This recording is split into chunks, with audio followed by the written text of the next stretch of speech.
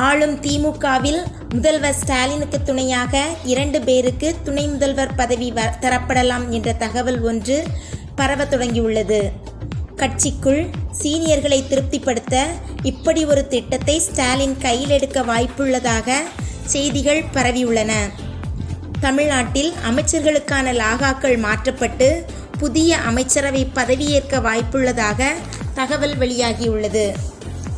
தமிழகத்திற்கான வெளிநாட்டு தொழில் முதலீட்டை ஈர்ப்பதற்காக ஆகஸ்ட் மாதம் முதல்வர் ஸ்டாலின் அவர்கள் வெளிநாடு செல்ல உள்ள நிலையில் அதற்கு முன்பாக அமைச்சர்களுக்கான லாகாக்கள் மாற்றப்பட்டு உதயநிதியை துணை முதல்வராக்கலாம் என்றும், ஸ்டாலின் வெளிநாடு செல்வதால் ஆட்சி நிர்வாக பொறுப்புகள் முழுமையாக அவருக்கு வழங்கப்படலாம் என்றும் கூறப்படுகிறது.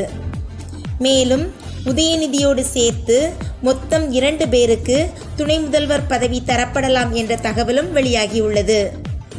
சீனியர் அமைச்சர் ஒருவருக்கு கூடுதலாக துணை முதல்வர் பதவி தரப்படலாம் என்றும், இதன் மூலம் சீனியர்களை குஷிப்படுத்துவதோடு பொது விமர்சனங்களை தவிர்க்கலாம் என்றும் Stalin நினைக்கிறாராம். Thanks for watching. Like, share and subscribe the channel.